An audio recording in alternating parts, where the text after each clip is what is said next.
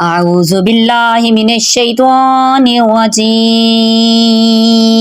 بسم الله الرحمن الرحيم سورة الملك مكية بسم الله الرحمن الرحيم تبارك الذي بيده الملك وهو على كل شيء قدير خلق الموت والحياة ليبلوكم أيكم أحسن عملا وهو العزيز الغفور الذي خلق 7 سماوات طباقا ما ترى في خلق الرحمن من تفاوت فارجع البصر هل ترى من فطور ثم ارجع البصر كرتين ينقلب إليك البصر خاسئا وهو حسير قد زينا السماء الدنيا بمصابيح وجعلناها رجوما للشياطين واعتدنا لهم عذاب السعير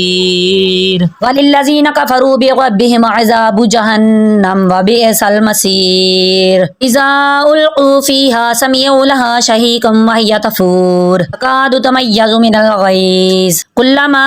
ألقي فيها فوج سألهم خزنتها ألم يأتكم نذير قالوا بلى قد جاءنا نذير فكذبنا وقلنا ما نزل الله من شيء إن أنتم إلا في ضلال كبير وقالوا لو كنا نسمع أو نعقل ما كنا في أصحاب السعير فاعترفوا بذنبهم فسحقا لأصحاب السعير إن الذين يخشون ربهم بالغيب لهم مغفرة وأجر كبير وأسروا قولكم واجهروا به إنه عليم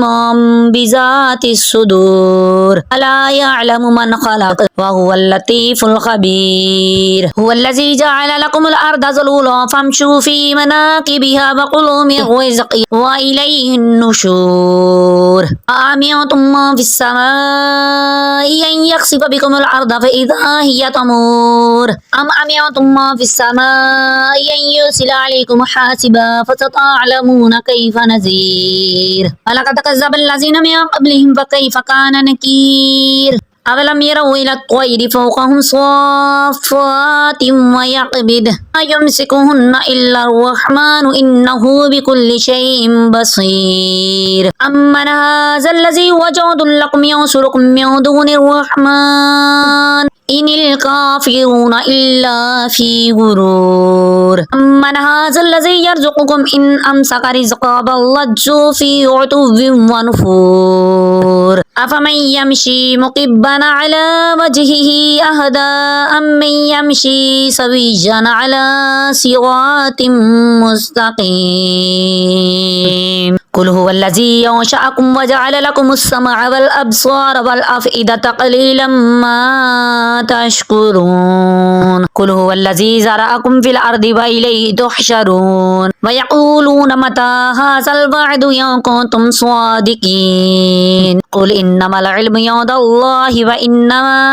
أنا نذير مبين لما رأوه زلفة سيئت وجوه الذين كفروا وقيل هذا الذي كنتم به تدعون قل أرأيتم إن أهلكني الله ومن معي أو رحمنا فمن يجير الكافرين من عذاب أليم قل هو الرحمن آمنا به وعليه توكلنا فستعلمون من هو في ضلال مبين قل أرأيتم إن أصبح ماؤكم غورا فمن يأتيكم بماء